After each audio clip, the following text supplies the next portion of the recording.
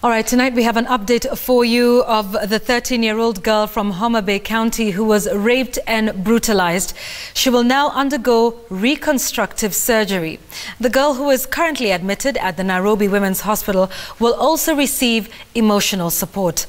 Women leaders who visited the girl at the hospital condemned the heinous act and called for the speedy delivery of justice, not just for her, but all victims of sexual and gender-based violence.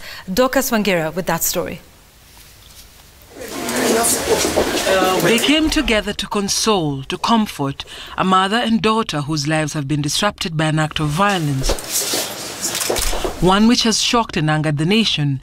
The 13-year-old girl who was brutally defiled in Homa Bay was transferred from the Homa Bay Teaching and Referral Hospital to the Nairobi Women's Hospital Thursday evening. Here, she will receive specialized treatment. But from our initial assessment, which has been done by 4 doctors, including the police doctor, we think that we can be able to restore her into a normal reproductive lifestyle later in life. We'll offer psychological, psychosocial support.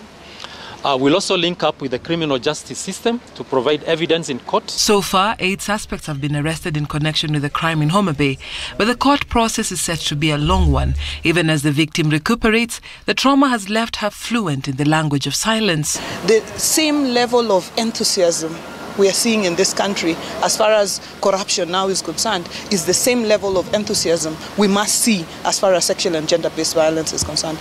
Tunaomba mahakama, tunajua hii sheria ya kwamba mtu yoyote ambaye ameshikwa kwa kosa fulani anaweza kupatiwa bond.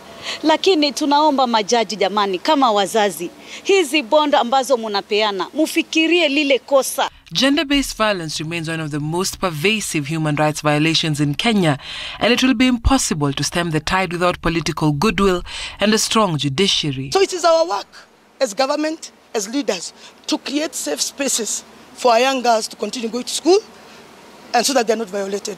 We have a number, 1195, 1195, where we get calls daily of women who are being violated. It's toll-free.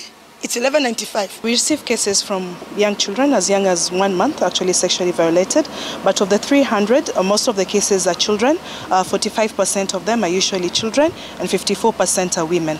Then the rest are boys and men. We had at 76% are usually sexual violence, and the rest are usually domestic violence, including December we had men who underwent intimate partner violence. There are no words to aptly describe the kind of physical and psychological trauma that the 13-year-old girl is going through. But that's just her. How many more are suffering in remote villages cut off from communication and cut off from recovery centers such as this one here in Nairobi? She remains one among many. Her path of recovery, the surgeons tell us, will neither be easy nor short, but at least the first step has begun. Wangira, Citizen TV, Nairobi.